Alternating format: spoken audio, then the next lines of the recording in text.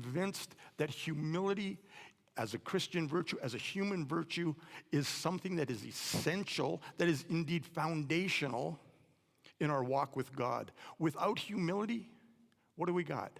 We have self. 1 Peter 5:5-6 says, "Clothe yourself with humility towards one another.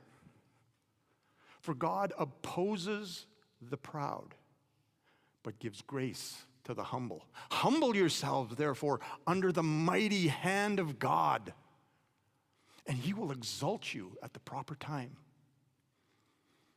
Casting all your cares, all your worries, all your fears and anxieties and stresses on him, because he cares for you.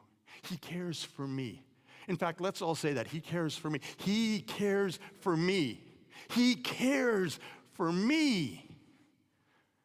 He cares for you and he cares for me. That's who God is. If God had a job description, that would be one of the things. God cares for us. And we can, with humility, come before him and bow the knees of our hearts and give our lives to him and cast our cares on him because he cares for us. What's another thing we can do? Well, we need that intimate relationship with God. We need to grow in our faith. And how do we do that? Well, we humble ourselves before God, before one another. But we also get to know God through his word. We get to know God through prayer. We get to know God through praise and worship and adoration and exaltation.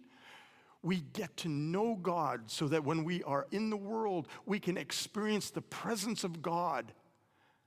And we can then, without even knowing it, display the fruit of the Spirit. Because God he's for us. And if God be for us, who can be against us?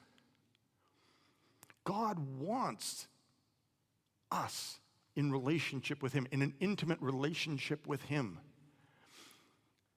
And through prayer and the word and praise and worship, we can get to know and experience the living God.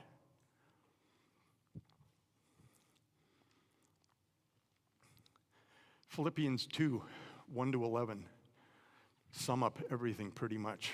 So if there's any encouragement in Christ, if there's any comfort in love, if there's any participation or fellowship in the Spirit, any affection and sympathy, then make my joy complete by being of the same mind, having the same love, being in full accord, and having the same mind. Let us do nothing out of selfish ambition, but in humility, let us count others more significant or of more value than ourselves.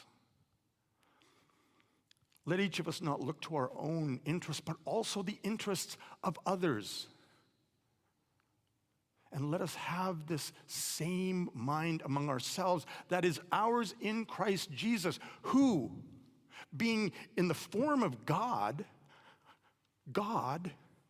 did not consider equality with God something to be grasped, something to be taken, to be clung on to. But he emptied himself, and he became a servant, a slave, being born in the likeness of men. And being found in human appearance, he humbled himself by becoming obedient unto the point of death, even the evil, heinous death on the cross.